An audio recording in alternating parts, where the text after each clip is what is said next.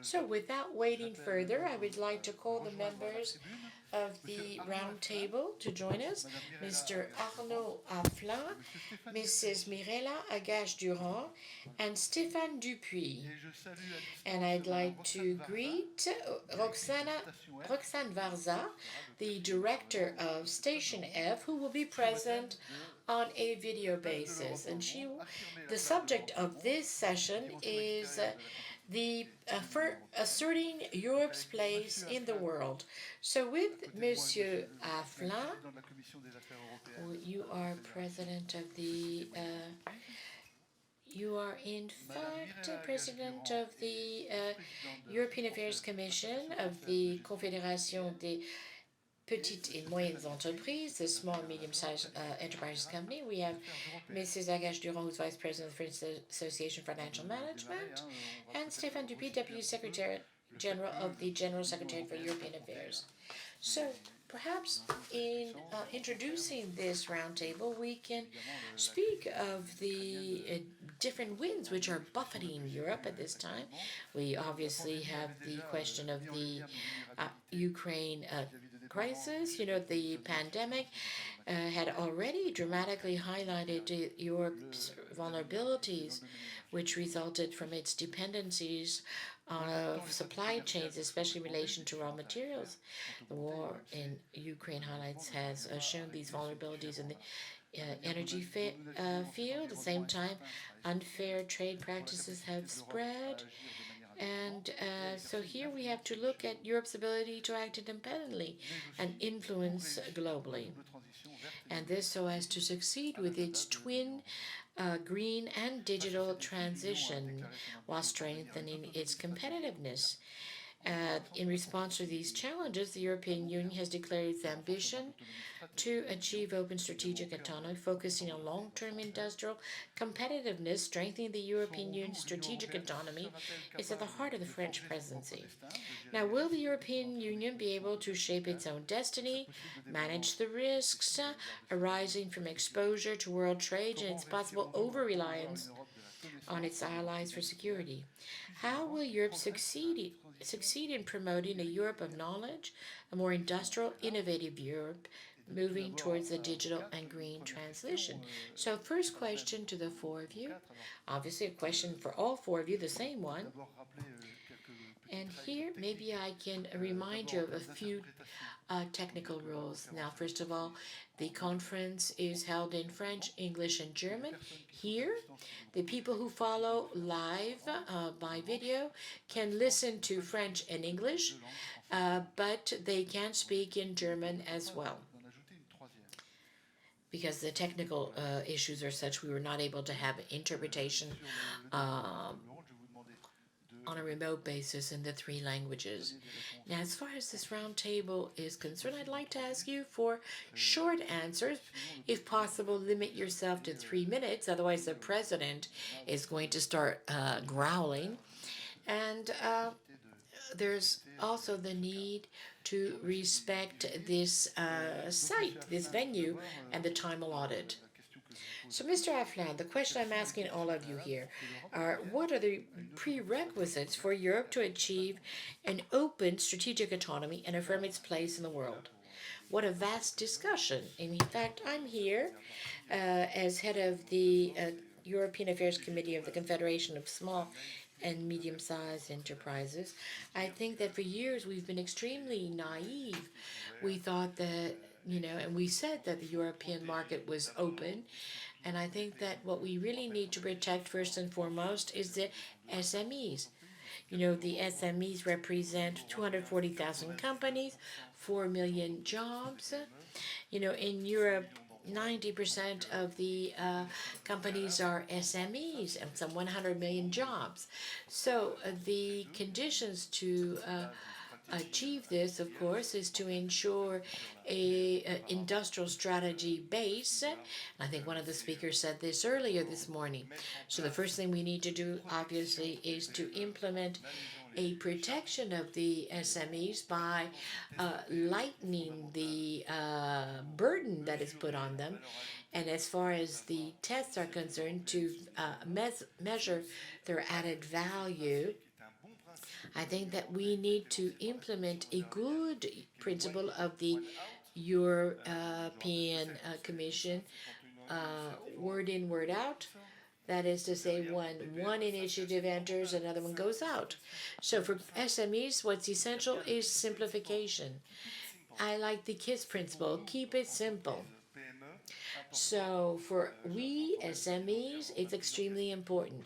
You know, the president said that we as the heads of an SME wear several hats. In addition to that, I am president of the Committee for European Affairs at the CPME, excuse me.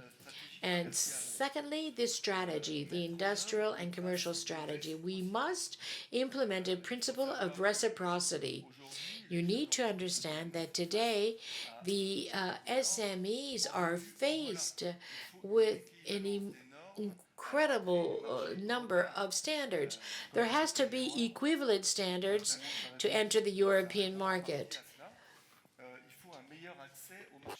Better access to public markets needs to be possible for European SMEs. Only 38% of American public markets are accessible to them. That's 28% in Japan, so that's very low.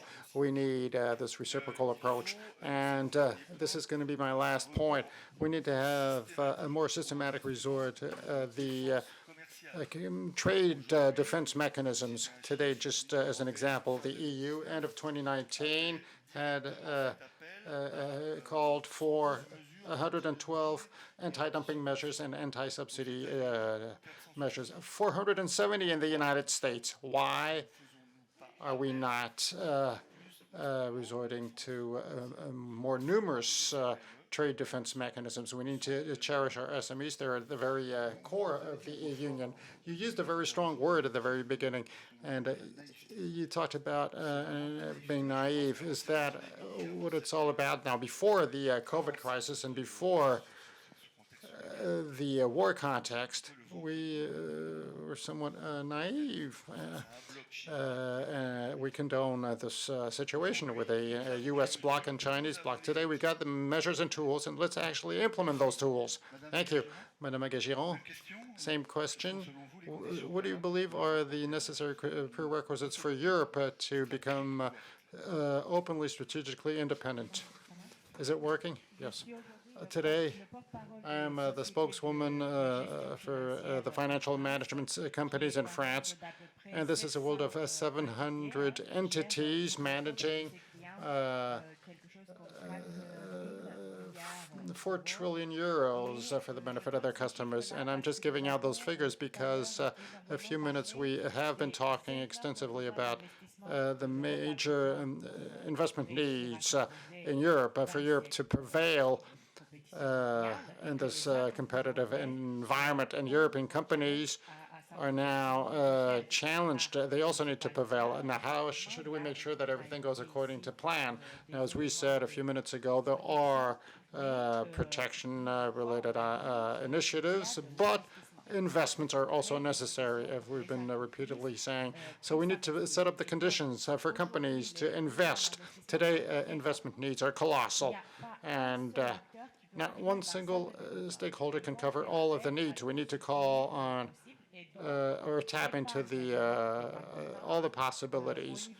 Now, on the European level, structures such as ours manage 31 trillion euros. Now, those are savings, and part of those savings can be channeled towards companies and provide companies with the necessary capital for further investments. And competitiveness is a buzzword here, or an operative word.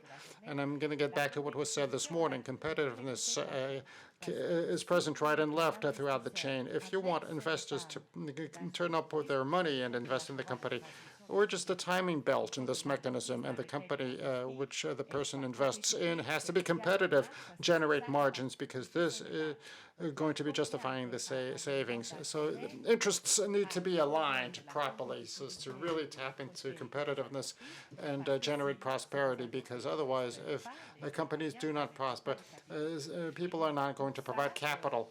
And Let's be simple and straightforward about this. We're coming up with a proposal here. Yes, we do need regulations, measured, reasoned regulations. It also has to set investors' minds at rest, but we also make the following proposal. We need to systematically carry out an impact study and a competitiveness test for each one of the regulations. How would those regulations impact or strengthen our stakeholders' competitiveness? And if we do so, if we do this, I believe that this is a powerful, a potent instrument so as to support investments, support the role of Europe and the role of European companies in global competitiveness. Thank you. Now, before I kick it over to Monsieur Dupuy, perhaps stay within the corporate world and turn to Madame Vava. She's with us remotely, and the head of the Session F. She represents the digital economy. I don't see her. I don't know whether she can hear us. Can you hear me, Madame Varza? I can hear you, and I can also see you. Perfect. Okay, let me just remind you the question. Well, thanks for joining us.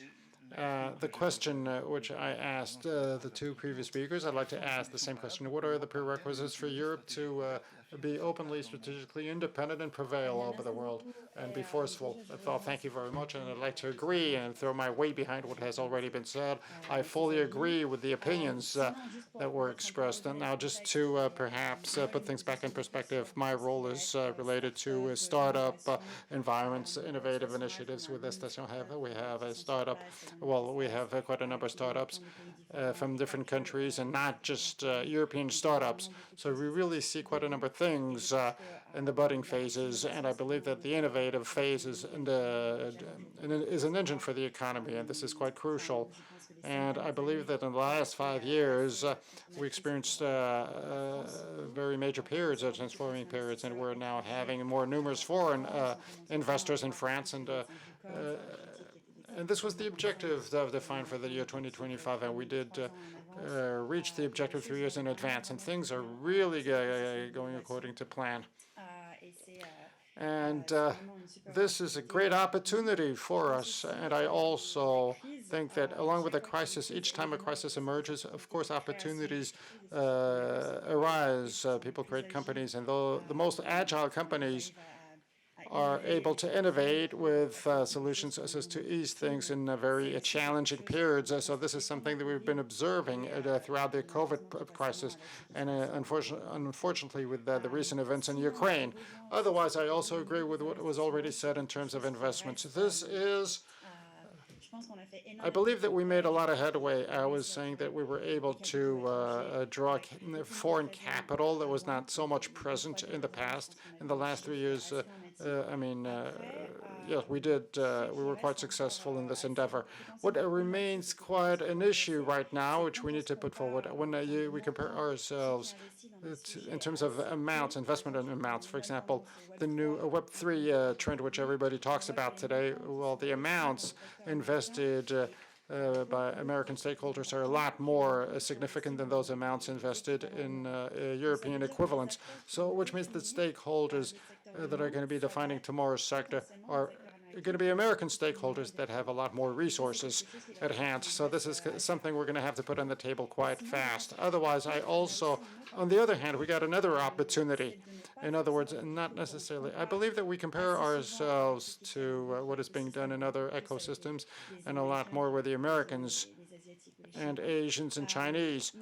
But let us not actually duplicate what is being done in other markets. For example, we've witnessed errors, mistakes, and today those mistakes generated this lack of diversity and the feeling that the innovative ecosystem is kind of bottled up. And this is something which we are trying to change at Station F. In other words, enhance new companies' awareness as to the best practices and the sustainable methods for their innovation. And this is something we're trying to change at our level. So those are the various items which I wanted to put forward so as to create this independent and different environment. Thank you very much. Monsieur Dupuy. as a Secretary General for European affairs, what are the prerequisites for Europe to become independent? Thanks for inviting me, and I would just like to really take this opportunity and tell you that we get great interest to exchange with EESC in Paris and the European EESC. This is quite important to us. Do it regularly and really have ideas bubble up because you represent, quite a number of people here, and we're working for companies and when working on European regulations. Quite a number of things have been said already, but from my standpoint, awareness is important. Awareness, this will, the need for strategic European sovereignty. And for this to work, and for this to be a triggering mechanism in terms of at the negotiation level, all the member states and the European Parliament, the Commission, all need to be aware of the fact that we need to work in this direction.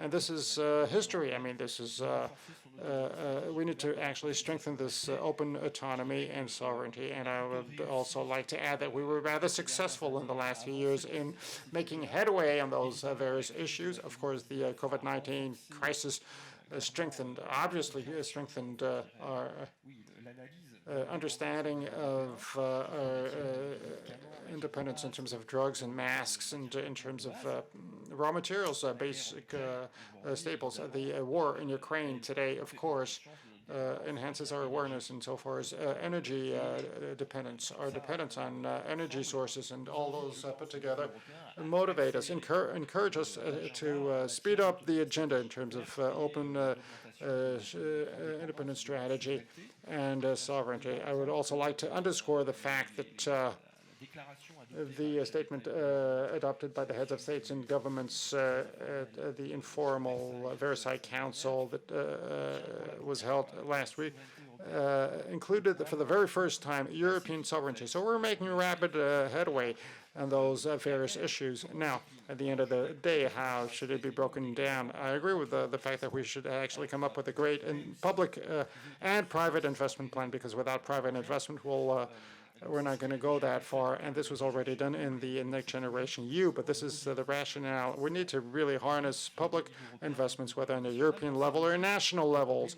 Why? Because we need to really become more independent. The European Commission is doing great work under Thierry Breton. In other words, the identification of strategic initiatives in the ecosystems, and those ecosystems need to be part of the priority list. And another point, and I'd like to agree with what you said, the trade-related aspect. We need to strengthen the level playing field, forgive my English, from a trade standpoint, with the tools for public market reciprocity. This was the last trialogue yesterday because the tool, the reciprocity public market tool, was subject to a political agreement, and that closes 10 years of negotiation. This is great news, grand news in terms of rebalancing trade policies. We're also working flat out in Paris, as you may well know, with the European Commission on mirror measures for standardized equal pedestal for those products getting into this single market, and that are now made available to European citizens. So this level playing field, we're really working seriously on it. And let me also say that we, of course, we should mention a significant impact insofar as normative power in Europe with the Digital Markets Act and the Digital Tools and Services Act and the GDPR, for example, which is probably coming in for great criticism in the implementation phase. But we got an European standard, and this is what we're trying to do in the digital transition with a European standard imposed upon each and everyone, all the stakeholders, as well as all of the other public entities that are hopefully going to comply with those regulations adopted on a European level. So this is both investment, a level playing field, and European standards that are being fanned out on a worldwide basis. At the beginning of the presentation, you said that awareness was important from the part of the Parliament and European bodies, the Council, the Commission.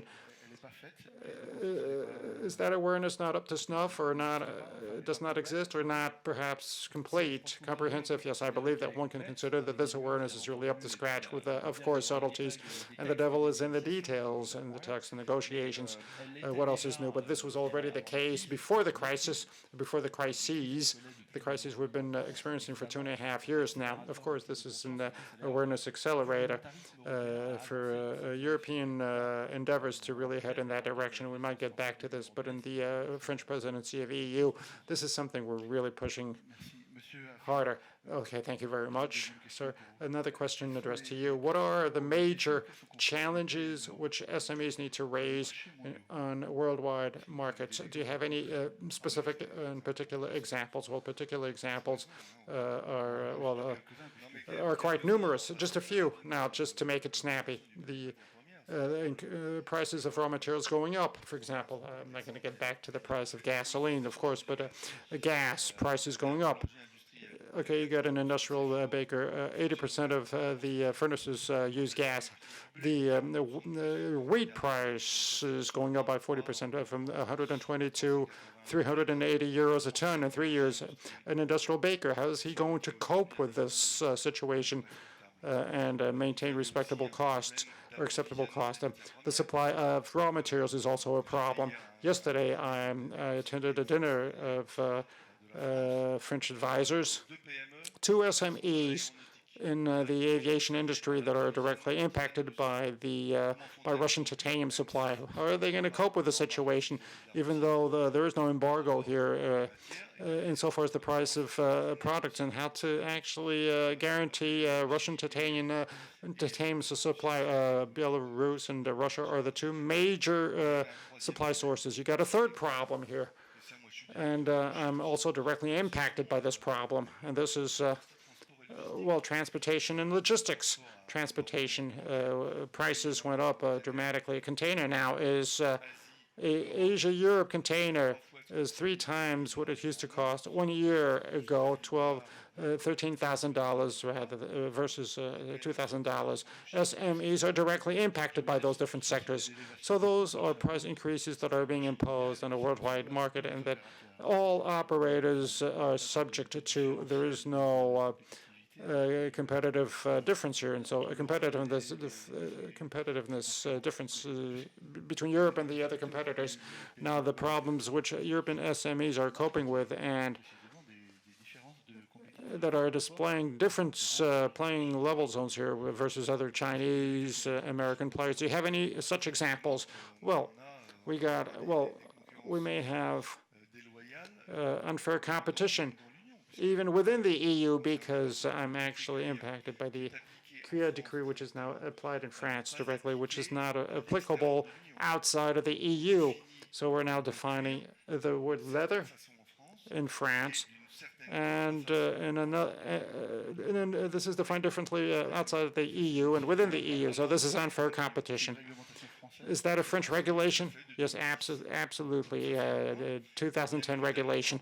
So with respect to what I've said already, the EU needs to play an important role in this respect by taking initiatives and try to list out all the dependencies at this level.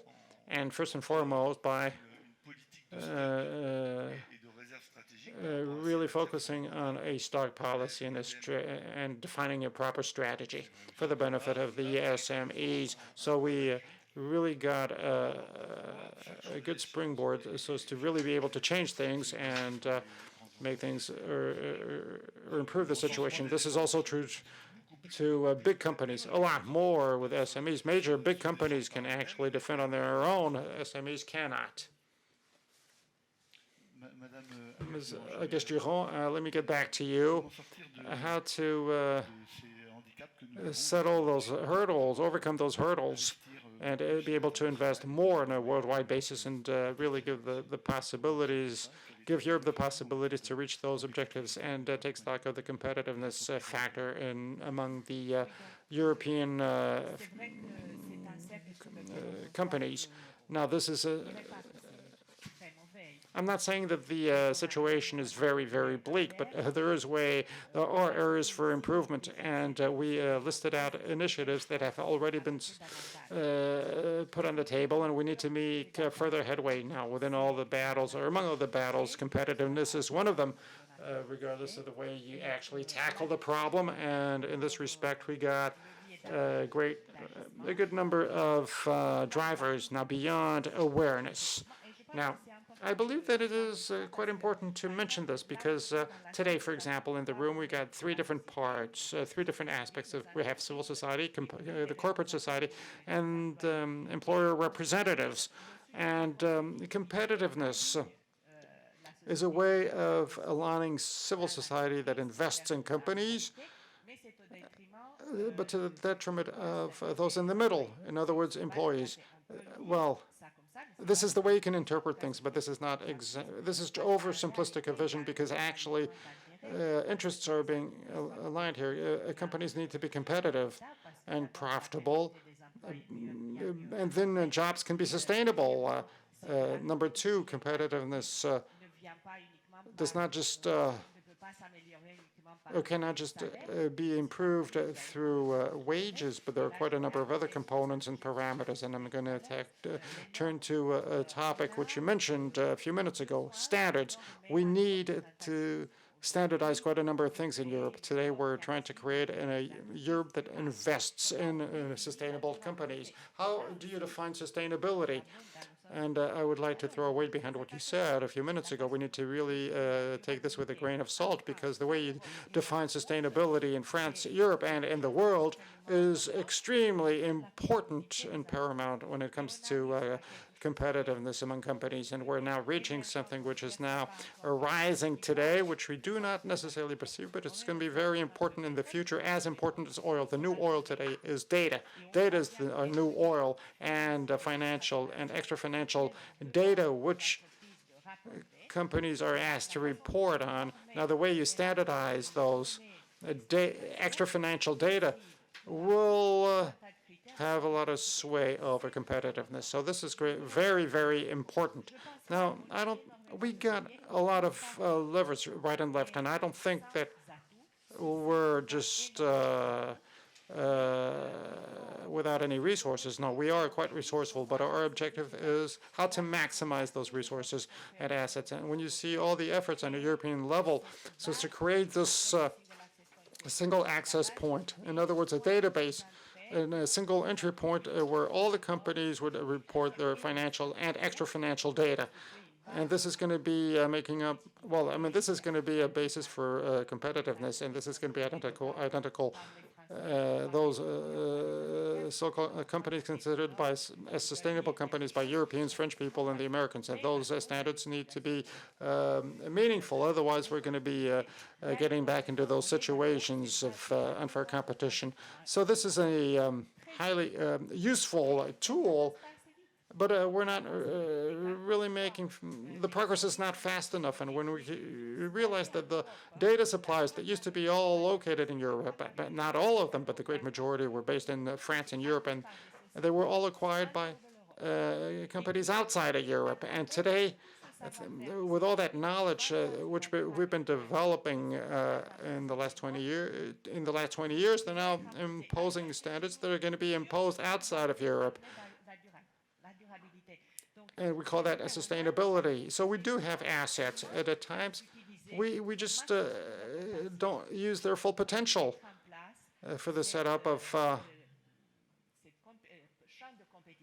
this competitiveness, this level playing field in the corporate sector, which we are which we need. So today, quite a number of practical endeavors exist, and those dialogues among those stakeholders, those are very nice dialogues, but we need to really enhance our ambitions and really pace things up because we're actually running out of time. So we need to be fast. And now, is that about the naive kind of sentiment which we were actually mentioning at the very beginning? Well, I mean, this inability to capitalize on our assets. Yes, naive is perhaps the right word. Why? Because we thought that peace in Europe was going to be forever. I was born as a Romanian, and we Romanians perhaps are not as naive, or perhaps not as long as the other European countries. But now, was that predictable? Was that war predictable? Perhaps not, but I do agree. In this respect, we were naive, but in terms of industrial sovereignty.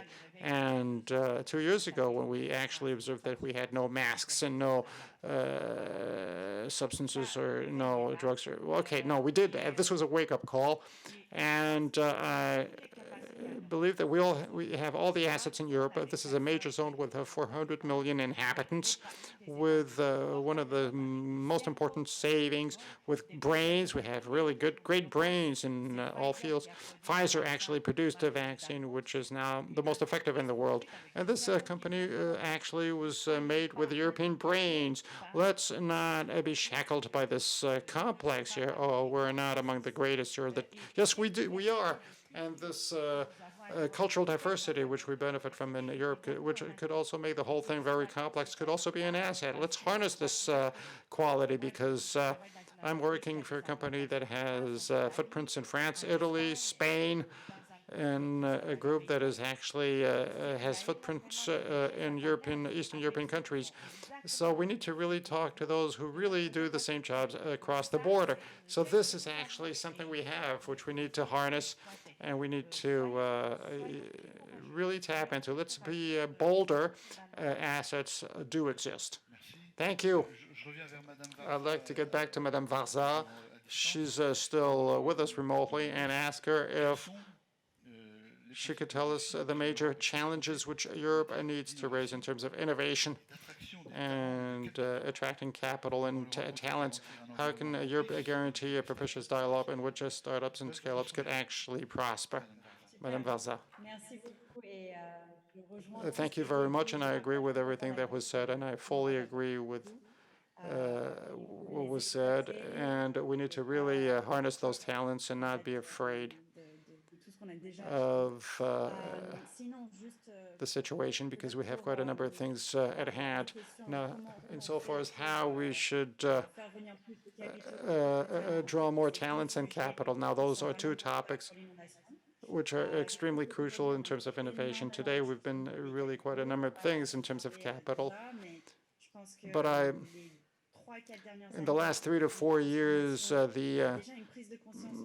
awareness, I know that this was already said in another context, but the ecosystem, especially in France, was quite aware of the loopholes, and we've been working flat out, and I believe that public and private stakeholders worked hand in hand to find solutions, and now we're starting to witness the emergence of financial structures. They're now starting out, and we have more available capital for startups in terms of growth and development.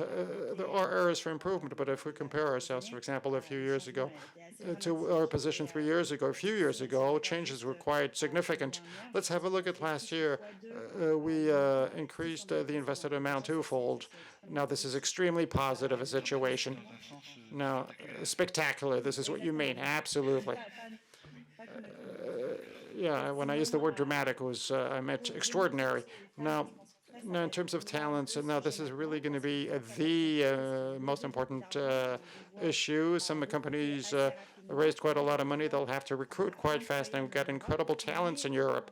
However, the market is not as mature as the American market or other ecosystems, and we don't necessarily have a lot of people that have assisted companies for, help companies being listed at the stock market, or we don't always have highly experimented people in terms of innovation. Perhaps we'll have to draw those profiles. I believe that this is being done today, and with the geopolitical changes taking place today with COVID and working from home and the Trump term in the United States and Brexit, but in Europe, people are now scratching their heads as to where they're going to be working from. Would they like to work elsewhere or innovate elsewhere? as a matter of fact. So everything is around us, but today we're really going to be focusing on talents. This is going to be very important, and startups in France and Europe today have the right tools in terms of wages, but wages are not going to be the only the be all and end all, but values and what companies represent. And this is going to be really playing a very important role. And the very last point is when somebody picks out a place.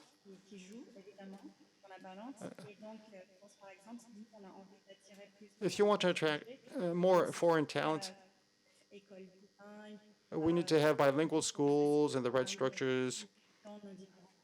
I'm sorry, the sound is not very good, and the interpreter cannot translate. Monsieur Dupuis. Okay, the French presidency in this respect. I mean, let's talk about the major actions.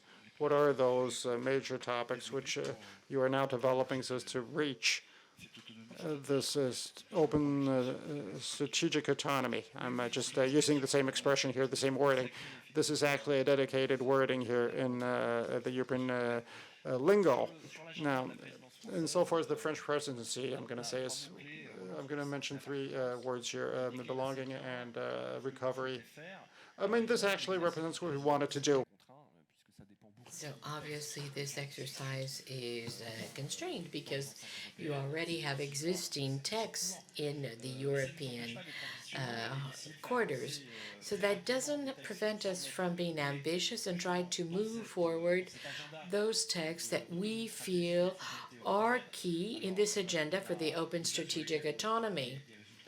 We have already obtained results. I spoke of the IPI, the reciprocity for public markets, and there's also the carbon border tax mechanism, which I think you're all familiar with, which is something which is extremely important in the complementary approach that we in the European Commission want to have within the framework of the environmental transition, and this with regards to the Fit for 55 package. And so from the digital point of view, we're also advancing quickly with the Markets Act, for example, and there we should have certain results by the end of the month. There's also the B2B Services Act. Will take more time probably, but we hope to have results with the European Parliament by the end of the French presidency. We're also moving, with regards to environmental, agricultural issues, which are very important. There will be time to develop these in a moment. We are still in the analytical phase of how to integrate these into the European regulations regarding, animal feed, animal well-being, etc. So there are a number of things that we need to work on to rebalance our commercial relations. These are standards which apply to everyone. These are internal market issues, and this is to avoid specific negotiations. So we are working to implement the recovery, the next generation EU plan as well, the national resilience plans. We have some complicated discussions on the subject with our Hungarian and Polish partners, but we hope to advance on this subject during the French presidency. So we are, developing the agenda, which more strength and pressure because of the existing circumstances. We're trying to advance as quickly as possible as well in the field of defense, which we feel is very important within the framework of the pluriannual framework 2020-2027. We have created a new tool, the European Defense Fund.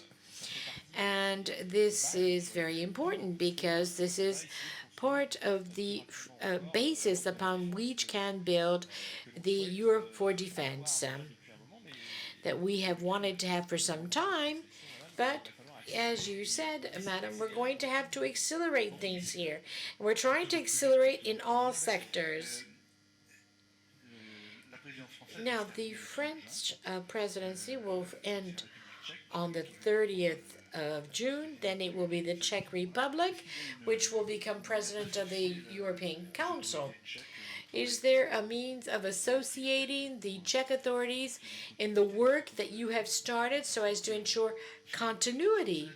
And, if everything was possible in 6 months under the French presidency, it would be one thing. But here, is it possible to ensure that there be a continuity on all these projects that have been started? And maybe in the following presidency, certain projects will be concluded. Yes, indeed. So are the Czech authorities associated?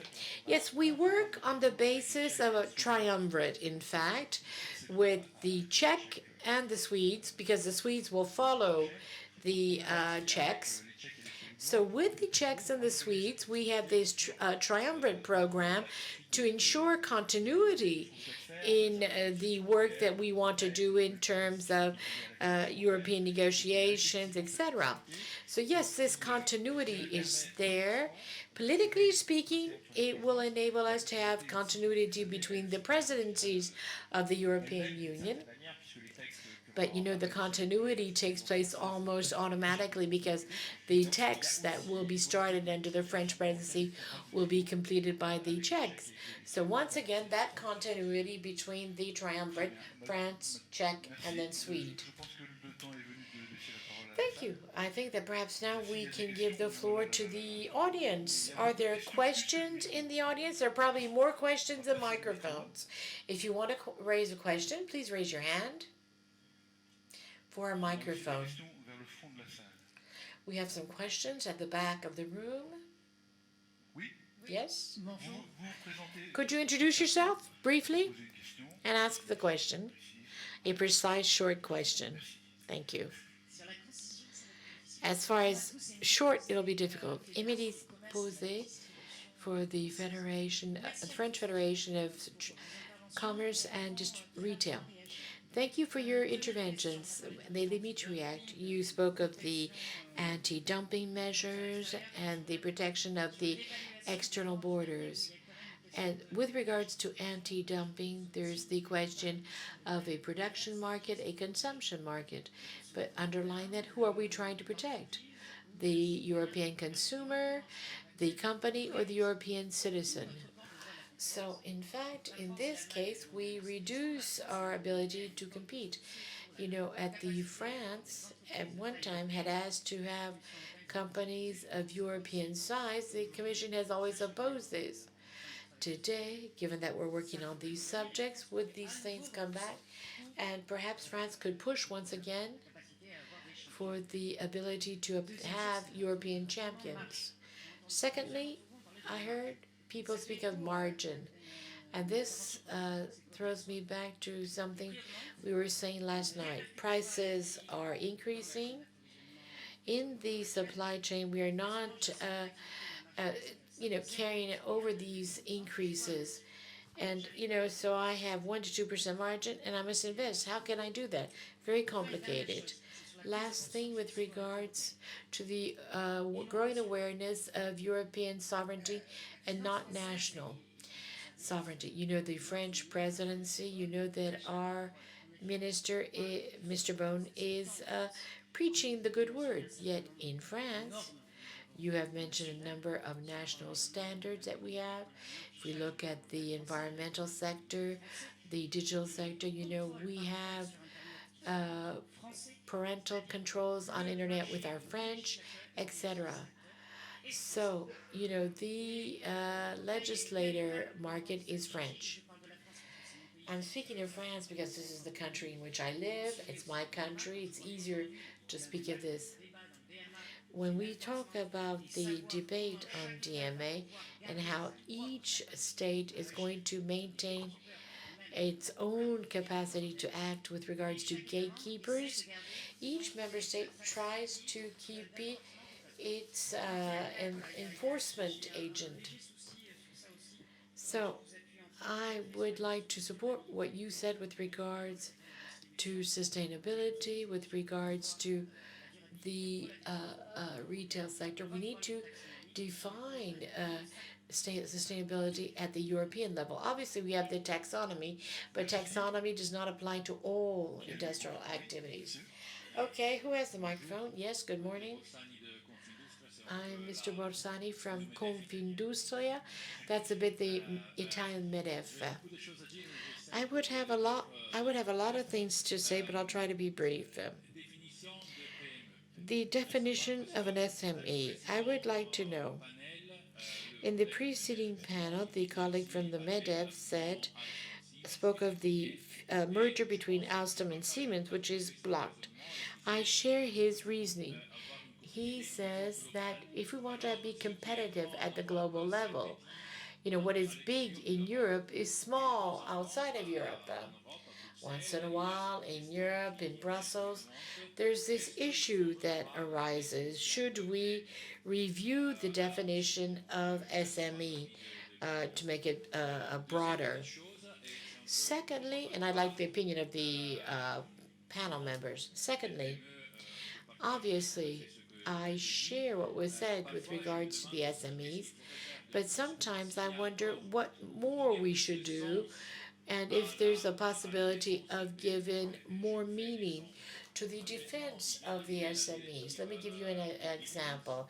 We've just had the new due diligence directive, which is not very good, but in terms of the proposal from the point of view of the Italian industry, but there are a whole series of administrative burden, and this, in fact, should apply to all of these outside supply chain, those outside of Europe.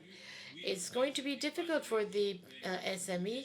The Commission says yes, but I don't apply this directive to the SMEs. But if I'm big company, and I work with SMEs, I'm going to pass the burden on to them. So how do we give meaning to the defense and value of SMEs in a context where the economy is more and more interlinked, even between the large companies and the SMEs? A third question, and then we'll start getting some answers for the first series of questions. I would like to ask a question. Catherine Leperron, I'd like to react to the first question that was raised. Our Italian colleague spoke of this.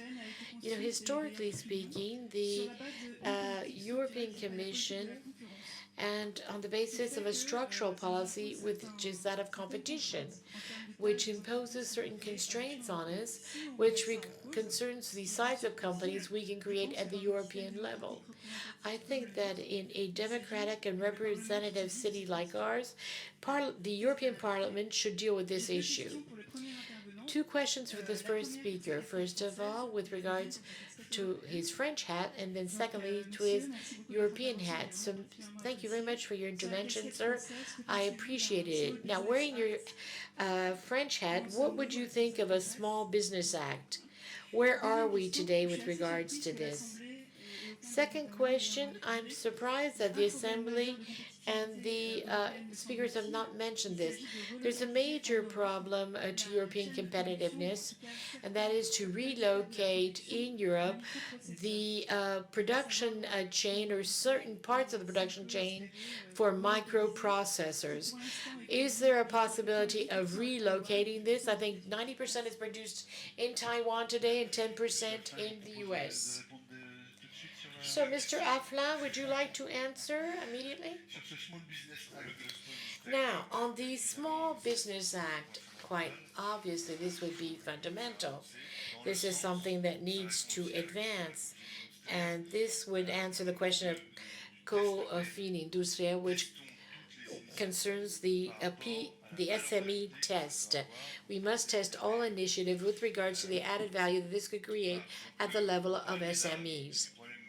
You spoke of the major issue of microprocessors. I think that Commissioner Breton has spoken about the subject, and there is a strategy for Europe to have that industry come back to Europe. I think you probably know this entails an enormous investment. The Chinese have put 30 billion euros on the table to be able to create plants that manufacture chips. You know, silicone chips are high capital consumers. Are we going to have the means to do this? It is a question of investment, as you were saying. Now, what about the definition of the SME? Should we review the definition? As far as the Confindustria is concerned, and its question, you know, the size differs from country to country. Perhaps we need to review the size of SMEs upwards. But we need to define it with regards to our needs in Europe and not to what the size of an SME should be on a global scale. Would you like to answer or react? Yes, I could react to what was said earlier. We always observe that we reach the same situation. There is a need for transformation and reviews. If we look at recent events, and I'm including the pandemic, the recent pandemic leads us to have great investment needs. Now, many of the answers that we have on the table are linked to this. Who is going to invest? Who is going to pay? And here we come to something that we need to highlight. That is to say, the subject should be looked at from all angles. You know, the finance industry, you know. In the earlier panel, you had the Banking Federation representative. We always get the impression that finance is outside of the real world. Yet, in fact, it is the conveyor belt between all of the entire ecosystem. And the finance industry, the way it is reduced, in fact, should give answers in terms of investment, in the so-called capital risk investment, if you like, in startups. Because when you invest in a startup, not all startups are going to finish like BioNTech. No, you need to obviously find the right technological solution, what they're researching, but there are many which are going to succeed, but many others will never succeed. So we need to start with some kind of financial education because at all levels of society, at all the links of society, we need to include this subject of the right to make a mistake. When you create a startup, sometimes it doesn't work. But as you were saying earlier, margins are a real issue in certain sectors. And very often, the problem of margin in some sectors takes the form of innovation so that you can do without the very expensive energy, which allows you to find certain substitutes for certain products or energy sources. This calls for innovation, and this in turn calls for investment. So there is not one problem that is going to be dealt with one single solution. There has to be a whole panel of answers involving the industrialist, the regulator, the financier, and education at all levels. And I stress financial education because we come from a sector where we say we're preparing the world for future generations. And when you ask them, do you want your child to do in the future? They never say bankers, in fact. And yet the bank sector is extremely important. You know, it too is to be looked at. How do we invest with overly low margins? Do we come and see you? Yes. Yes, obviously we have a role to play. You know, that you have companies which have low margins and maybe high risk profiles. So, yes, it's true that sometimes it's not interesting to invest in certain companies at low margins because they have stability, etc. But even companies with low margin levels need to find a zone of competitiveness, and this implies innovation. For example, you have the ecosystem of startups around big company. Look at BioNTech as an example. Pfizer is a giant in the pharmaceutical world, and it is linked to all kinds of small, agile electrons, the little BioNTechs, the little startups. And in that ecosystem, you have many of these companies which are testing things and which are going to create new possibilities, innovation. And it is in this innovation that you will find the margins. And you know that we all agree that these little companies are important, but we also need to think about the small and medium-sized companies, because it is not in a company like BioNTech that we will find, in fact, the large companies capable of producing millions of vaccines. So it is important to create big champions, and the medium-sized companies, and we have colleagues who are here, know that this is true. We have three segments in our economic fabric which are all important, and they have to be dealt with the right tools: small, medium, and big companies. Mr. Dupuy, is it a priority to create economic champions in certain sectors of the economy, as we said earlier? Maybe this question is for you, and the other question concerns who are we protecting? The consumers, the suppliers, the producers? So this is something which is very much linked to the French presidency. First of all, with regards to European champions, the Alstom Siemens project is an example that there are some industrial projects which come up against the competition rules of the European Commission. The European Commission has forbidden certain mergers, has very strict conditions for mergers. There are other means for creating a European champion without doing away with competition, and we are stressing this in the French presidency, and these are the common European projects. And this allows you to get away from the national need for financing, but it also is going to allow you to have access to a European market in terms of framework.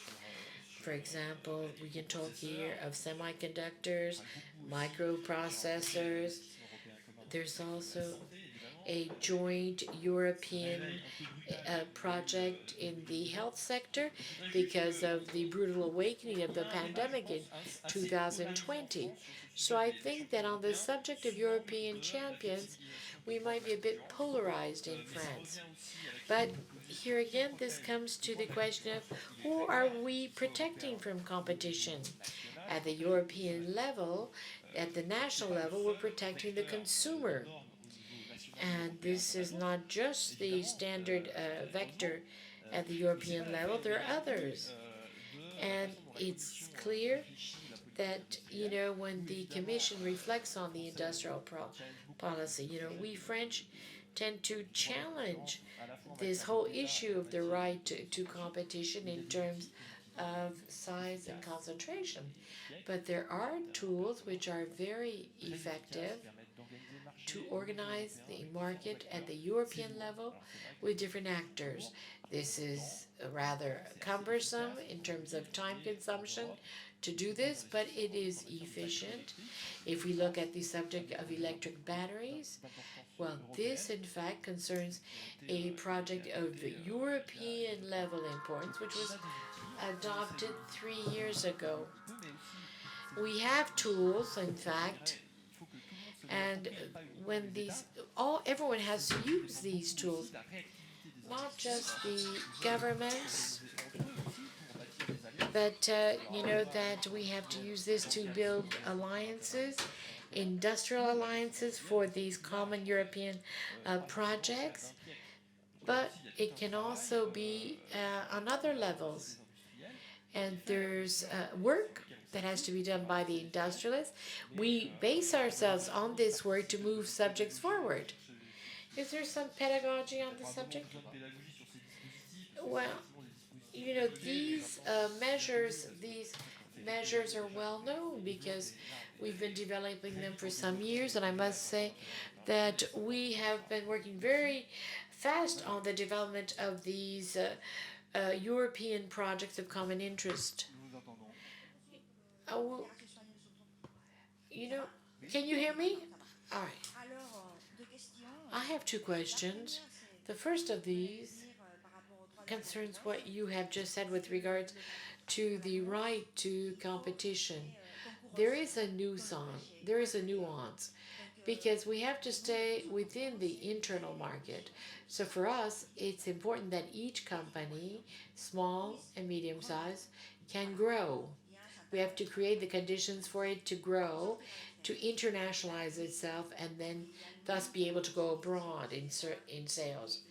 And here there are certain limits, because there's also a question of the macro financial issues.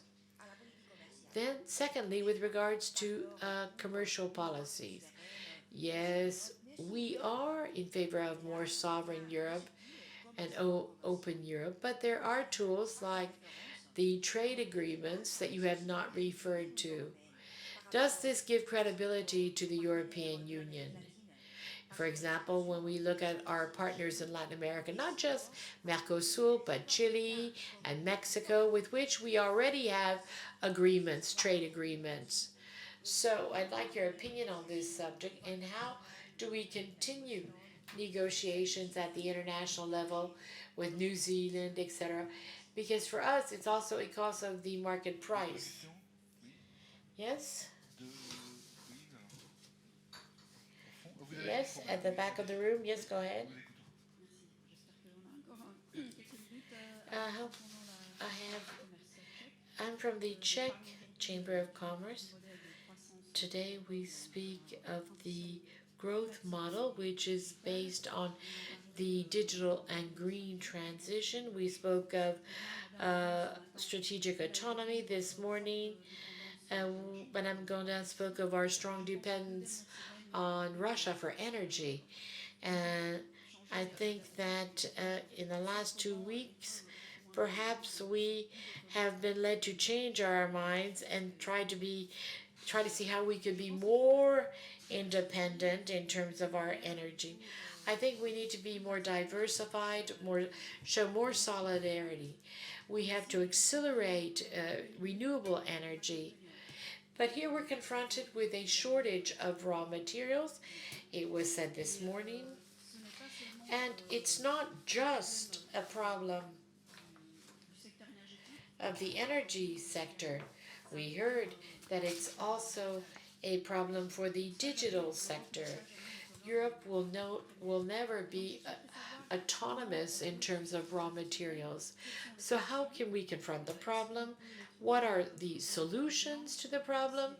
Can we find solutions at the European level by achieving a dialogue with our international partners? I'm also thinking of the circular economy, but maybe you have other solutions to propose that we could study. Yes, the gentleman in front, and that'll be the last question. Yes, thank you very much. Colin Lissenauer from Amsterdam, the Netherlands. It's not as much as a question, but maybe also looking at the clock, observation of what I heard yesterday and today. Yesterday I was struck by the macroeconomics which were presented to us, which showed us to a large extent our weaknesses. And today I heard the business macroeconomics, the business economics, our strengths. If you combine those two, it also reminded me of a recent report by the Commission, its second forecast report, the communication on forecasting. And it shows that if we talk today about the new model for our economies, I realized today and yesterday, in the light of the present geopolitical circumstances, that Europe has been for the last 20, 25 years a sort of sleepy continent. We are spoiled by the luxury of having it all and wanting to have it all. We wanted security, but we didn't want a defense industry. We wanted food, but we didn't want to have it grown in our backyard. We wanted energy, but especially energy not in your backyard. And now the present situation, as we heard it yesterday and today, is a sort of wake-up call for a sleepy Europe. A wake-up call that you can't have it all. And if you want to be back in the forefront of competition, in the manufacturing industry, in an efficient retail sector to distribute the products, in an efficient services sector, you have to accept certain negative consequences. And Antje put the right question also this morning when she said in a very polite way, basically you said, let's forget about some of our hobbies and give space to business, to be business again, to be entrepreneurial.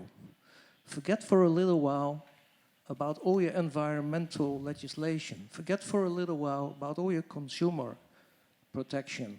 We have to be back in business today. If we want to be autonomous in a welfare state, Europe, you have to give space to business. That is the only answer. And if you want to be safe, then you have to build your security. And if you want to be rich and have a social security system, you have to work for it. And it's about time that politics, now after this wake-up call, at least that's my impression and my opinion, starts to realize that that's what it's all about. It begins and ends, but will continue with a flourishing European business sector. Thank you. Merci. C'est presque un mot de conclusion que vous venez de faire là, de conclusion des 2 jours. Thank you. This is almost a conclusion to our 2 days. I'm going to ask the speakers of this roundtable if last word in conclusion. Mr. Aflin. On a dit beaucoup de choses. Quite a number of things have been said already, and the most important, let's test.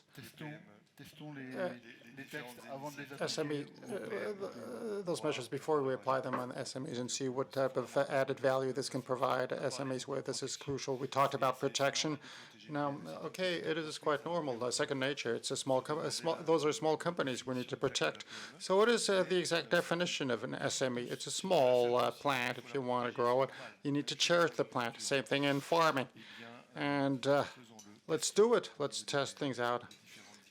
Let's test out those different initiatives. Madame Vazal, perhaps, should we test things out at the startup level? Do you have enough time to carry out those tests? Yes, yes, we can. Yes, that's what the startups do. But another conclusive remark. Okay, we have said quite a number of things already, and I agree with quite a number of things and ideas, but I also would like us to stop with this message. Let's innovate just as what is being done elsewhere. No. Sometimes, well, very often we duplicated things, especially in the startup sector. Okay, let's try to create our own Facebook, Microsoft, Amazon kind of model. Now, we have a great number of specialties and assets which do not necessarily exist in other markets. And then when casting an eye on what is elsewhere, we kind of forget what we have at home. So this is the last point I wanted to get across. We also talked about protection, and at times we use a negative prism or a negative angle. Now, this GDPR is a great example. We were very reluctant. I mean, there was a lot of foot dragging at the beginning. What does that mean in terms of implementation, means, and resources? It was highly criticized at the beginning, but today it is unanimously adopted, and Europe was a leading player in terms of protection. Thank you. Madame Agache-Durand, perhaps a word on those international agreements in terms of conclusion. I also wanted to react to the way we had we reacted to this wake-up call. Let's not forget about the objective. Let's not lose sight of this. We need to live in a secured and peaceful, sustainable world because climate-related problems are present. Peace or war, I mean, they're still present, and we need to take them into consideration. And European citizens should flourish. I mean, there should be some flourishing among those citizens. And now, you use the word wake-up call, and we need to redefine our priorities. And we need to accept investing in our own safety and sovereignty and sustainability. But this is not about setting things aside. Perhaps we're going to set new priorities with very specific investments in crucial sectors. However, we might actually have need to import gas from another country because we need to be displaying mutual support. The Austrians, if they lack heating resources, we're quite independent. I don't know. What's the I don't know about this percentage sector points. No, we need to find global solutions, and let's not forget that the ultimate objective is a more balanced energy mix, and that we are able to solve the problem. We do not at all talk about the hydrogen possibilities, which is very compatible with the environment and could really help us out in defining a new energy mix. So we do have a whole gamut of tools and innovative solutions.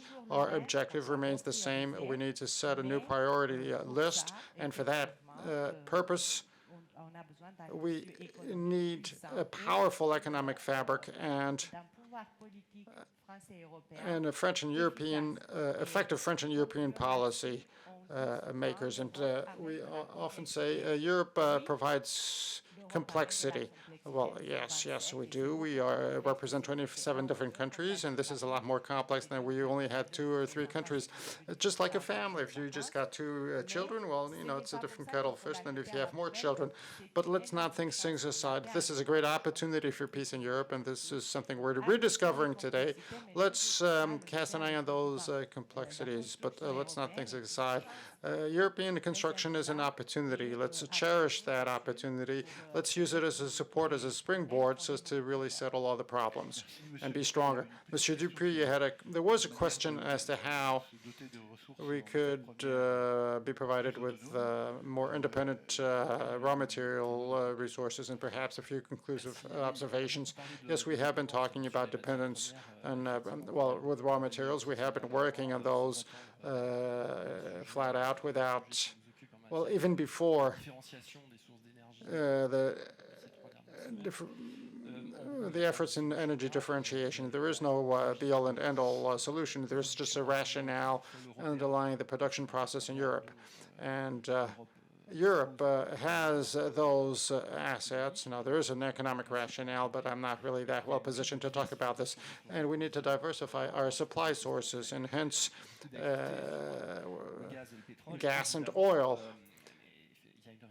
But of course, we need to really throw the net wide with industrial players, because states don't have the solution, just like snapping their fingers. No, we need to work all together and improve our supply sources and diversify those sources and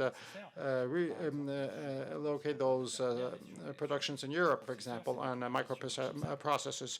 And now we really display the ambition insofar as the reindustrialization process in Europe with massive reindustrialization and massive investments, because this is going to be costing tens of billions of euros for us to become more independent.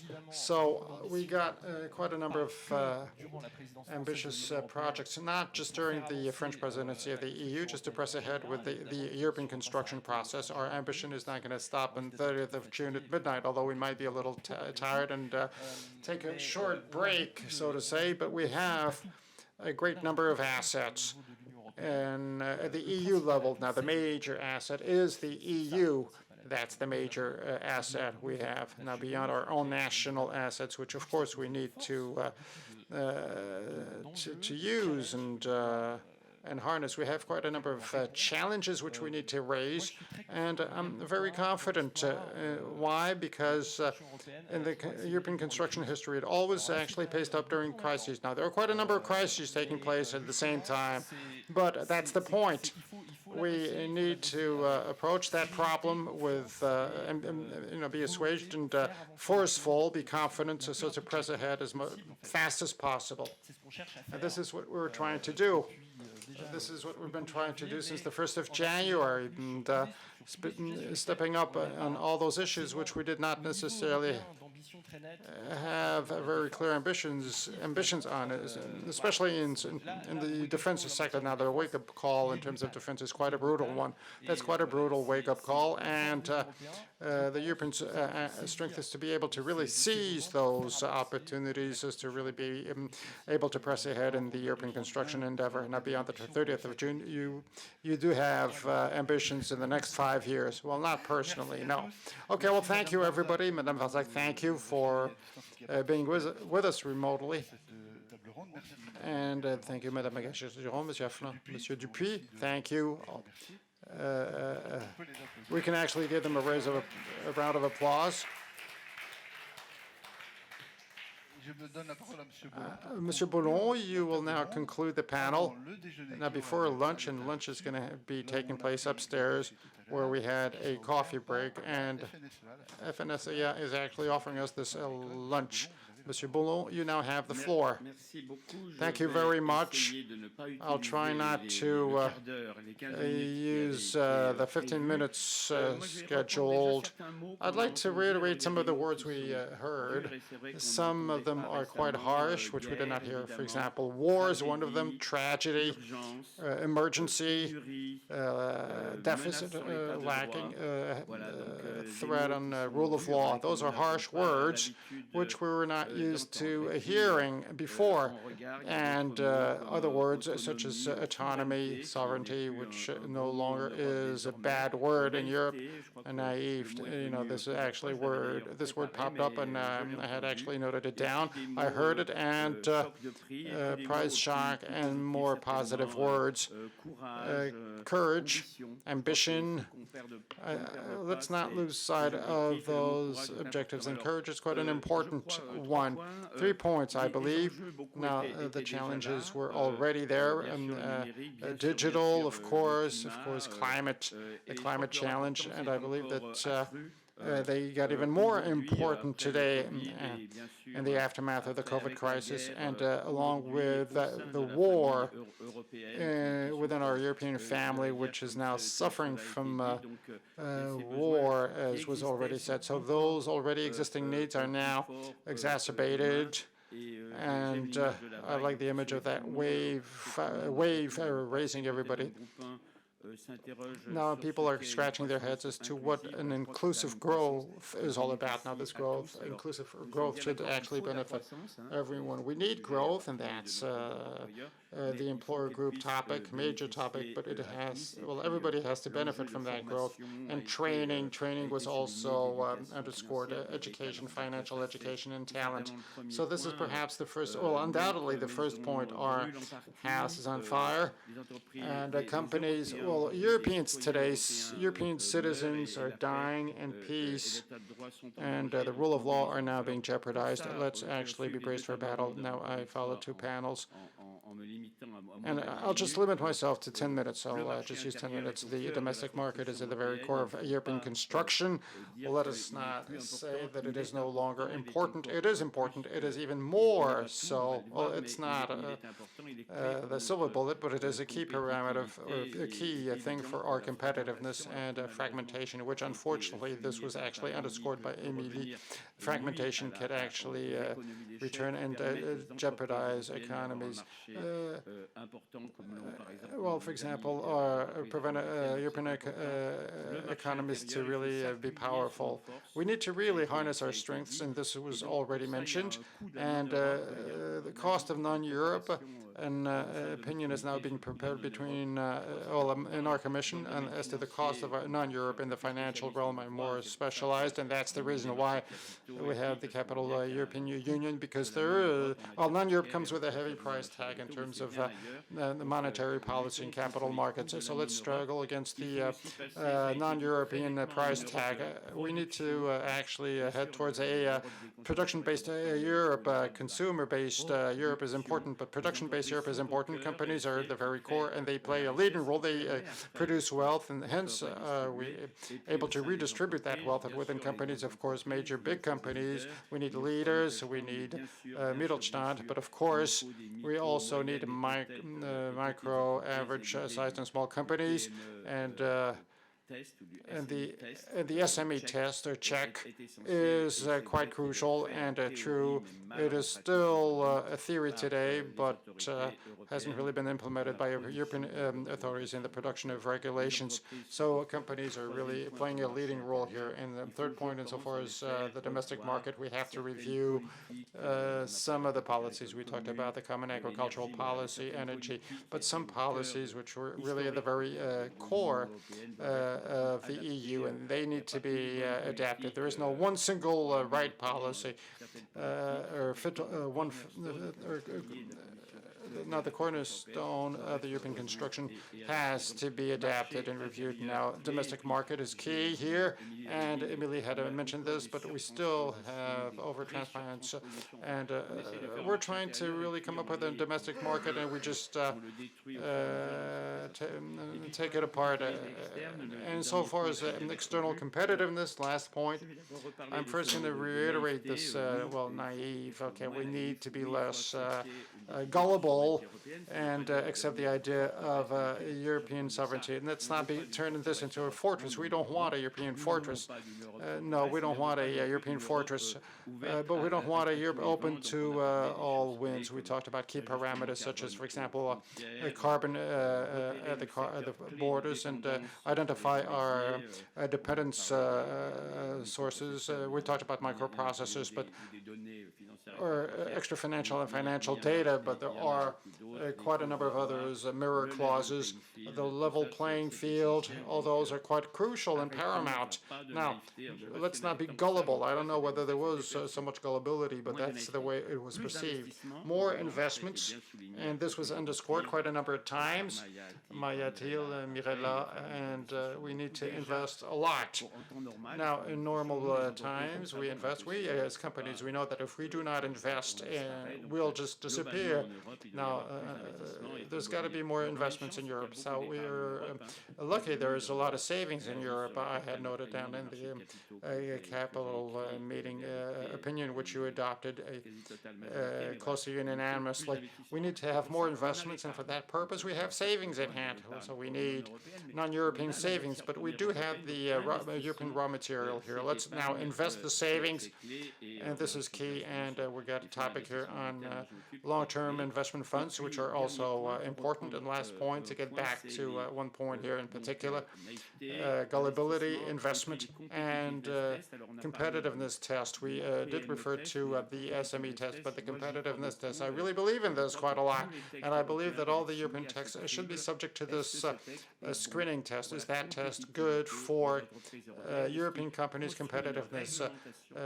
Setting up a regulation that is going to make it possible for European companies to grow, to create jobs, train employees, and produce good products for European people. If we don't have good tests, if we don't really check things out, and this competitiveness test does not exist, I'm not saying that it's not adequately implemented, just like the SME test or the climate test. It just does not exist today.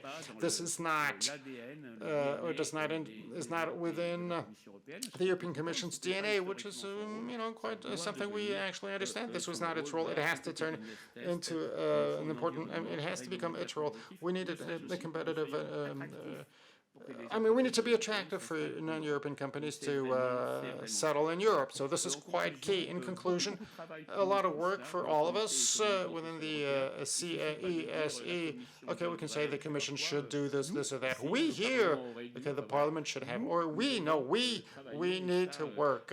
Get back to work, and I'll kick it over to Stefano, and work in close partnership with or relationship with the two other groups, group number 2 and group 3. This is important because if we want to invent this new growth European model, Well, we'll do this by thinking about it all together. Not thinking that we're going to be changing the world.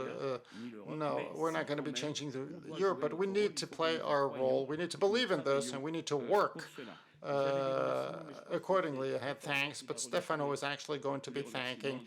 He's going to be in charge of the thanks. Well, 8 minutes and 30 seconds. Listen, you. Thank you. Now, since we're really good together, just a few words from Stefano and Arnold de Pusac. No, he's going to kick it over to the president. Well, the chairperson, quite generous. Yes, just very quickly, I wanted to say, because Pierre reminded me as well, and I made a note earlier on the issue of the competitiveness. He called it competitiveness test, or at least that was the interpretation I got. But keep in mind, and I would like also to, as a point of information for our guests, that we are pushing the concept of a competitiveness check, that for every piece of new legislation coming in, that we check its impact on competitiveness. And we are also pushing this same concept in the conference, formally, in the conference on the future of Europe, so that it will be taken up as one of the proposals moving forward. And together with that, the European People's Party is also pushing for a competitiveness authority. So I think we are moving along on the same lines here, but what we certainly need to do as our group is this idea of the competitiveness test, competitiveness check. We need to develop it. We need to give it more flesh, and we need to be able to present something really concrete in this manner. But coming to a conclusion, first and foremost, I'd like to thank our guests for the excellent discussion, for the excellent inputs, also the guests we had earlier on. I'd like to thank Pierre for the excellent resume that you made of all that was said. And of course, I want to thank our interpreters, and I want to thank our French delegation who have done such a fantastic job.